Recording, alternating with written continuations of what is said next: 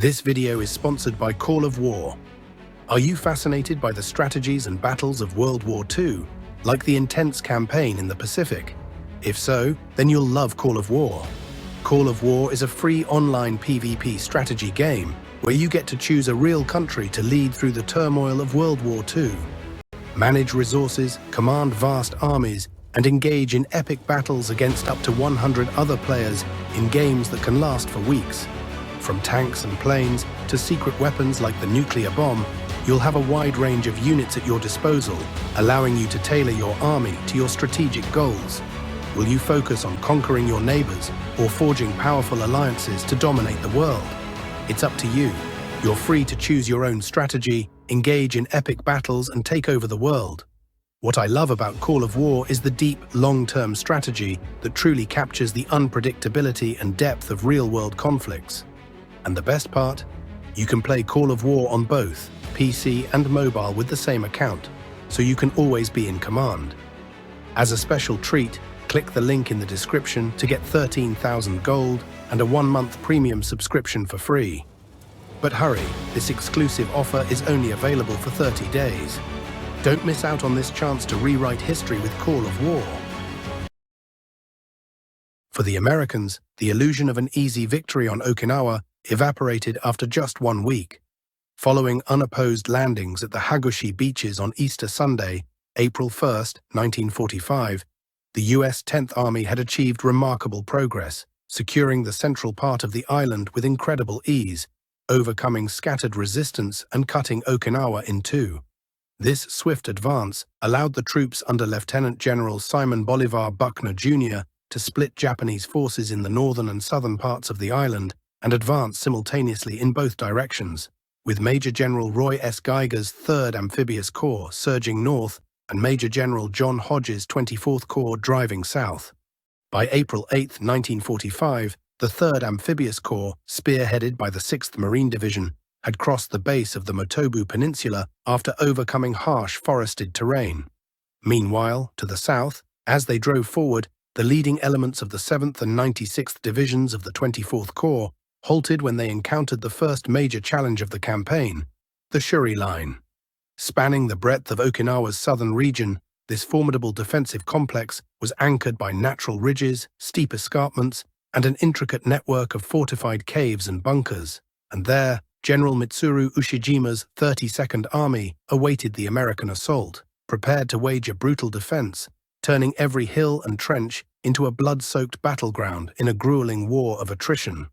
Even though General Buckner and General Hodge knew soon after the initial landings that the Japanese had concentrated their forces on southern Okinawa and planned to fight the battle there, the full extent of their defenses remained concealed, only to gradually emerge in all its devastating scale. The true strength of the Shuri fortifications was first revealed during heavy fighting on April 8, after the 1st Battalion of the 383rd Regiment from the 96th Division carried out costly probes on Kakazu Ridge and during bloody attacks on Tomb Hill by the 184th Regiment of the 7th Division. This first line of the Shuri defenses was anchored along a hilly mass with a series of dominating heights that formed natural defensive positions, which extended across the island in a northwesterly direction from the village of Uki on the east to Makinato Inlet on the west. Behind this mass was the even more formidable Uraso Mura escarpment, the anchor of the second dug-in fortified Japanese line, which stretched from coast to coast with an in-depth defense system that reached as far as Yonabaru, Shuri, and Naha. Not only did the Japanese occupy and fortify the most favorable defensive terrain, but they also demonstrated their well-known ingenuity in preparing positions underground. A network of nearly 97 kilometers of tunnels was dug through Okinawa, enough to house most men of the 32nd Army underground and provide them shelter from even the heaviest bombs and shells. Many of the underground fortifications had numerous entrances granting defenders great maneuverability, and such underground mobility often enabled them to convert from defense into an offensive only by moving their troops through tunnels into different caves or pillboxes, and sometimes into the rear of attacking forces. The most elaborate network of tunnels and caves was the headquarters of the 32nd Army, located beneath Shuri Castle, extending approximately 400 meters and featuring numerous side chambers. In addition to their extensive tunnel systems and underground shelters, the Japanese cleverly emplaced most of their infantry and almost all their mortars on reverse slopes of the hills and ridges, and although they were uncertain about where exactly the Americans would land, they constructed these positions in such a way as to keep their forces well hidden from the sight of American forward observers and fully protected from field artillery fire and even the high trajectory of mortar shells. Frequently, the Americans were completely unaware of this reverse slope concentration, and after a hard struggle to take the forward slopes and hilltops, they would find themselves at point-blank fire from the concealed Japanese forces on the opposite side. Perhaps the most striking aspect of the Japanese resistance was their strength in artillery. The 32nd Army possessed a heavier concentration of artillery under a single command than had been available to any other Japanese force in the Pacific, and never before had American veterans seen Japanese artillery in such quantity or encountered such effective use of it, particularly when coordinated with infantry attacks.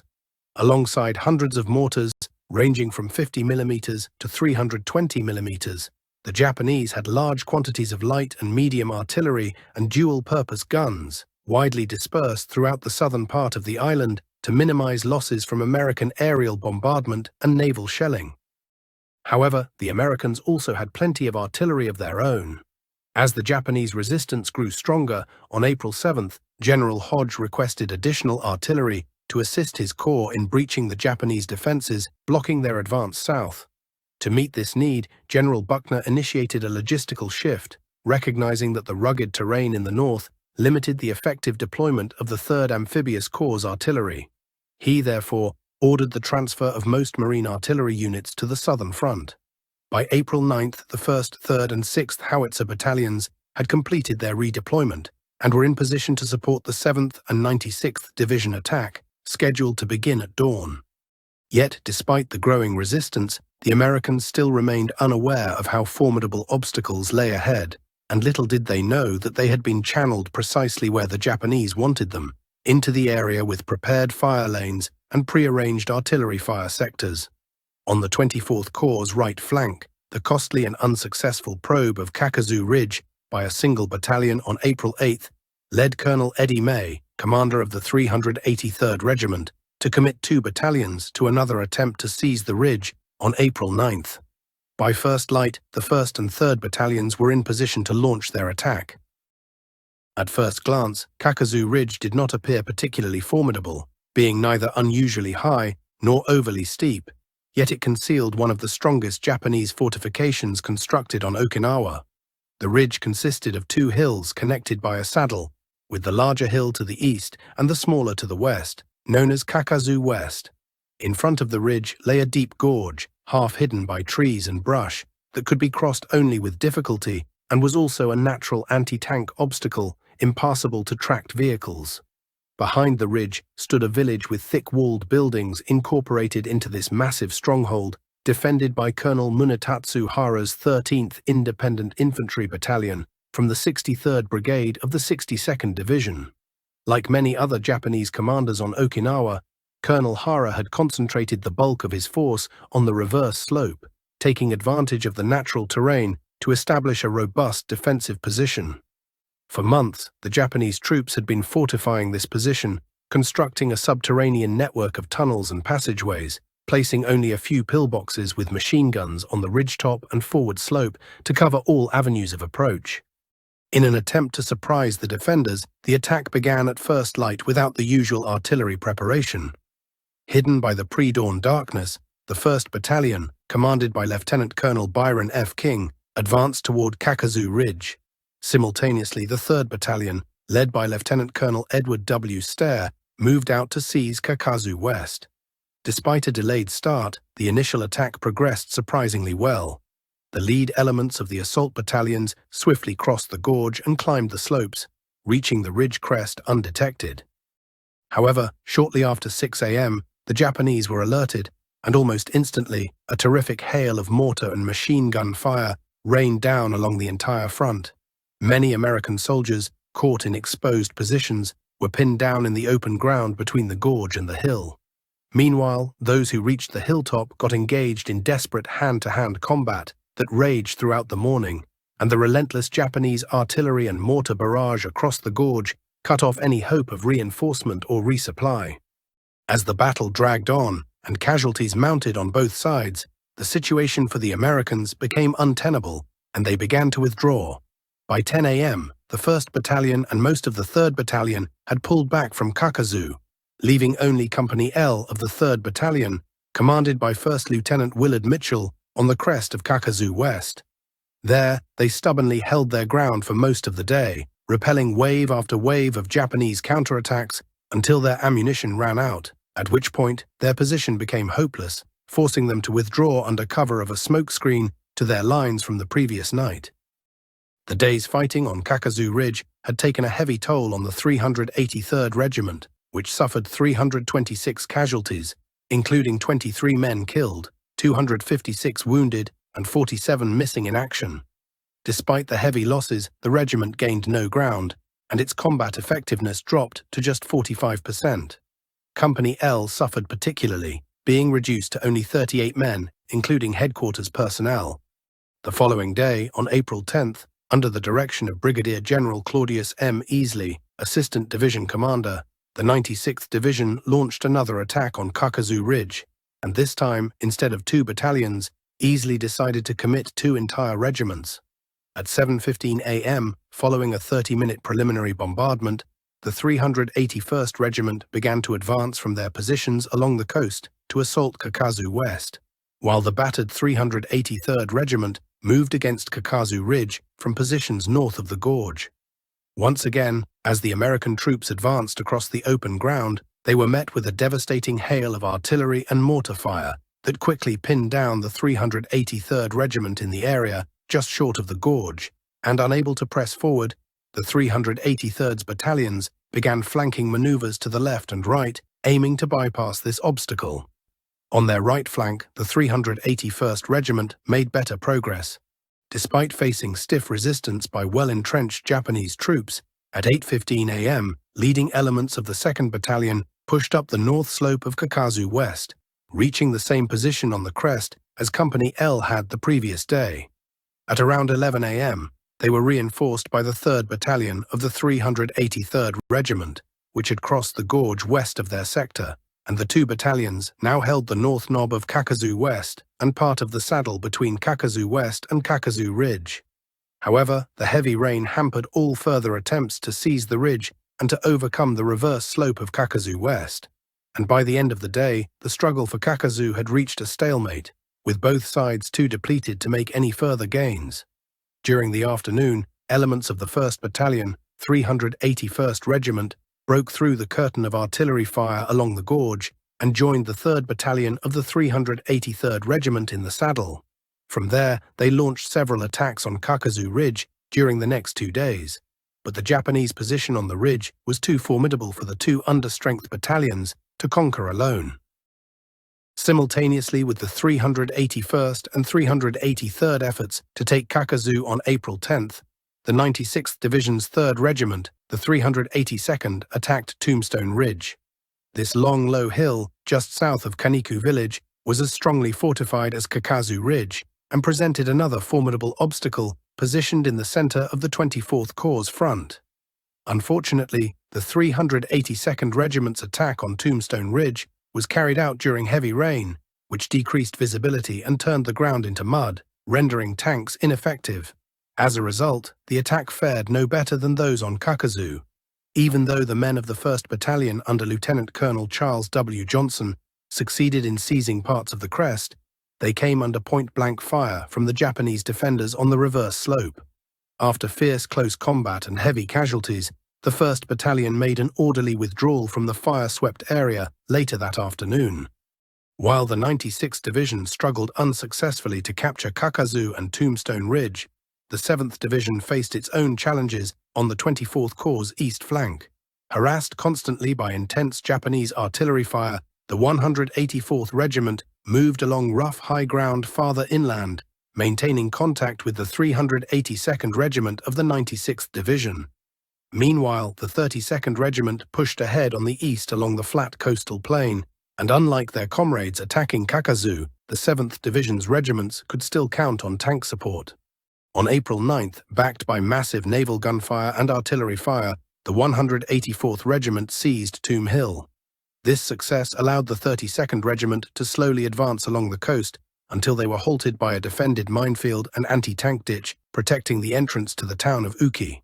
This town, a crucial part of the outer Shuri defenses, was turned by the Japanese into yet another fortress, protected by predetermined artillery fire zones and a network of mutually supporting pillboxes and trenches, arranged in such a way as to provide defense in depth. Despite poor weather, elements of the 32nd Regiment's 1st Battalion briefly entered Uki on April 11th, but were forced to withdraw after being cut off from the rest of the regiment by the wall of Japanese artillery and mortar fire, similar to that covering the gorge in front of Kakazu Ridge. Finally, by April 12th, the 7th Division's progress had reached a standstill. As night fell on April 12th, a dark cloud hung over the 24th Corps front. Earlier that day, truly upsetting news had spread through the ranks on Okinawa. President Franklin Delano Roosevelt, the 32nd President of the United States, had died at the age of 63. The loss of their long-serving leader, a figure who had guided the nation through the Great Depression and now through war, deeply affected the men, adding another heavy weight to the already immense strain of the ongoing battle. The fighting subsided across the entire front, and no further assault was planned until General Hodge and his division commanders could assess the situation and identify potential weaknesses in the Shuri Line. The heavy fighting of the past few days had taken a heavy toll. By that point, the 7th and 96th Divisions had already suffered 2,890 casualties, including 451 dead, 2,198 wounded, and 241 missing. However, the lull in the fighting would prove to be short-lived, for unknown to the Americans, General Ushijima had other plans.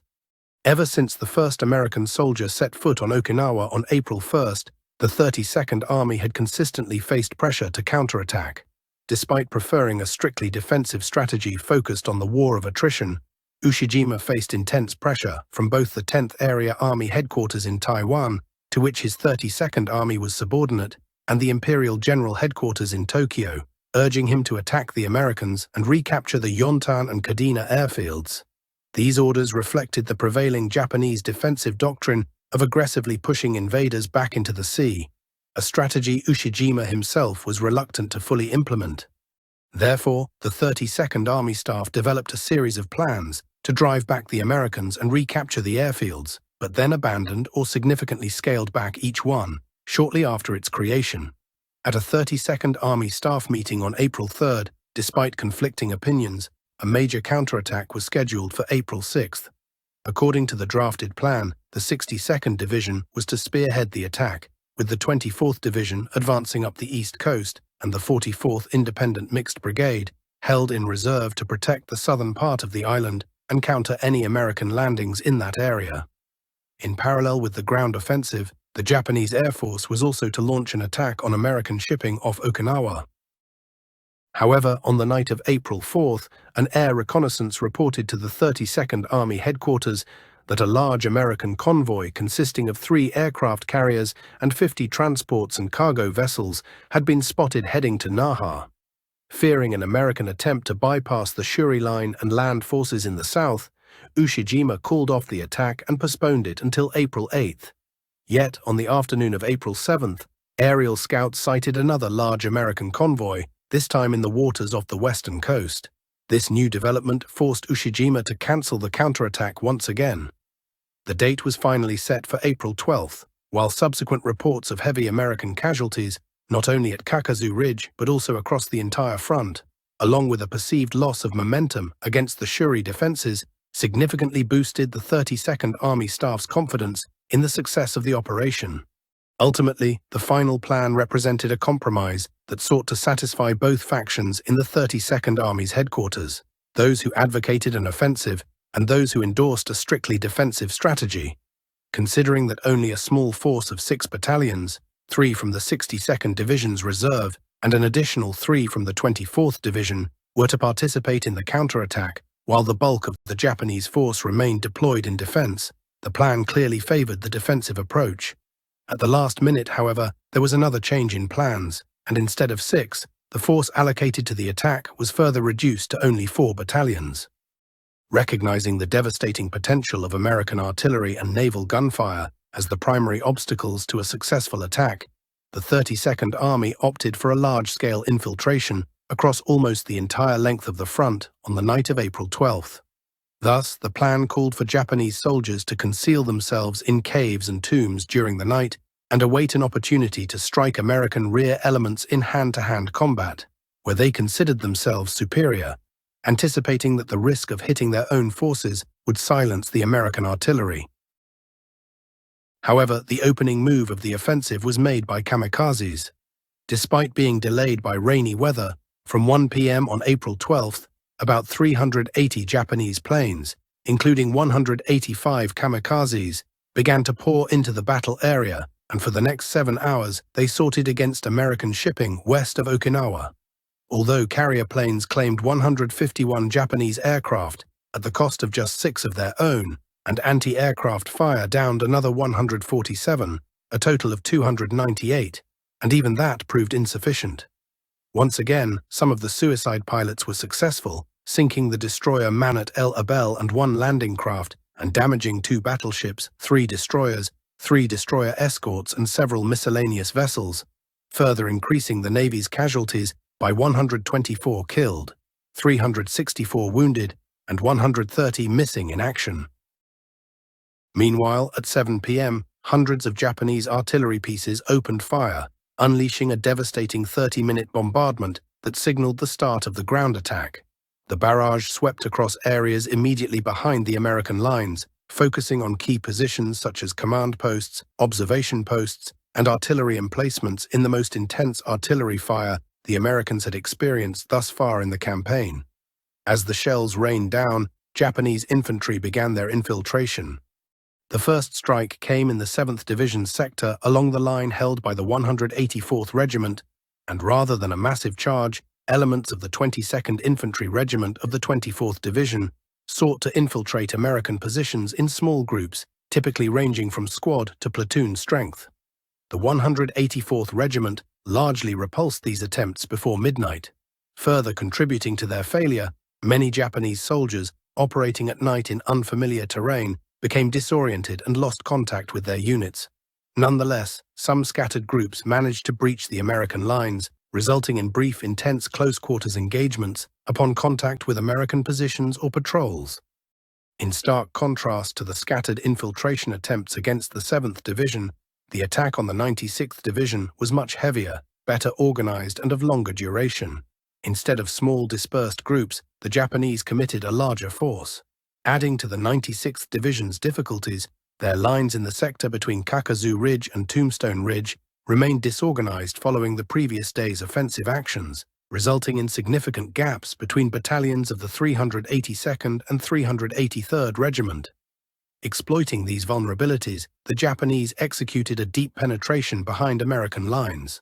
Although several company-sized and 1 battalion-strength attacks were repulsed during the night, some Japanese troops bypassed the line and infiltrated American positions, achieving the deepest penetration of the counteroffensive. These infiltrated groups were subsequently neutralized during the night and the following morning. Of all Japanese attacks launched against the 96th Division that night, the most determined blow was delivered by the 272nd Independent Infantry Battalion, striking against American positions at Kakazu Ridge. This was far from a desperate suicidal banzai charge, but a carefully planned, disciplined, and well-executed infantry attack. The 272nd had a carefully drawn plan and precise knowledge of American positions and weak spots within the line. From dusk on April 12th until after midnight, the 1st Battalion of the 381st Regiment, clinging to the north slopes of Kakazu Ridge, and the 2nd Battalion of the 381st Regiment, entrenched on Kakazu West, endured the most intense artillery and mortar barrage of the night. At approximately 3 a.m., the Japanese attacked from Kakazu Village toward the saddle separating Kakazu Ridge and Kakazu West, determined to shatter the American lines, while smaller groups attempted to outflank Kakazu West from the west. The brunt of the attack fell on a mortar squad of the 1st Battalion of the 381st Regiment, led by Sergeant Beaufort T. Anderson, defending the most vulnerable part of the saddle.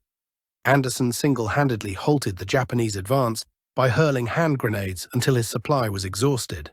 As the attack continued, Anderson then used mortar rounds as improvised hand grenades, pulling their pins and throwing 15 of them into the attacking troops. For his extraordinary heroism, Sergeant Anderson was later awarded the Congressional Medal of Honor. While the small arms fire escalated across the Kakazu front, bright naval illumination rounds from warships offshore suddenly transformed night into day, depriving the Japanese of the cover of darkness and allowing American artillery to target the exposed attackers with pinpoint accuracy. Almost immediately, a heavy barrage of artillery, mortar, and naval gunfire struck the exposed attackers, shattering their advance. By morning, the remnants of the attacking force withdrew, and at dawn, patrols counted 317 Japanese dead in front of the American line on Kakazu West. With the offensive clearly failed, on April 13th, Ushijima ordered its suspension. Throughout the day, however, American patrols continued to eliminate isolated pockets of Japanese soldiers who had infiltrated behind the 96th Division's line. Meanwhile, other elements of the 24th Corps used the relative lull to reinforce their positions in anticipation of renewed counterattacks. During the night, the Japanese launched several more company-sized attacks against the American lines, but these were all easily driven back. In the 2 days' action, the 24th Corps reported 1,594 Japanese troops killed and 4 captured, almost half of the force that participated in the action. Although the Japanese counterattack had been decisively repulsed and came at a high cost, it had nonetheless prevented Americans from launching offensive operations for the next few days. This brief lull allowed both sides to lick their wounds and prepare for the next phase of the brutal fighting, yet to come. And once again, big thanks to Call of War for sponsoring this video and supporting the channel. Don't forget to take command of your armies and wage epic World War II battles in Call of War. It's free to play. Click the link below for a free month of premium subscription and 13,000 gold. Don't miss out. This limited time offer ends in 30 days.